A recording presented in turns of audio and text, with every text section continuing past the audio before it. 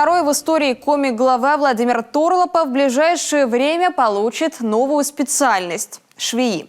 Образовательные курсы он проходит в колонии номер 29 поселка Нижний Доманик, что под Яригой. Это выяснилось в ходе рассмотрения на суде его ходатайства по смягчению режима. К слову, режим ему так и не смягчили из-за двух выявленных нарушений отбытия наказания. В первом случае экс-губернатор и экс-сенатор занавесил свое спальное место, что, как выяснилось, недопустимо.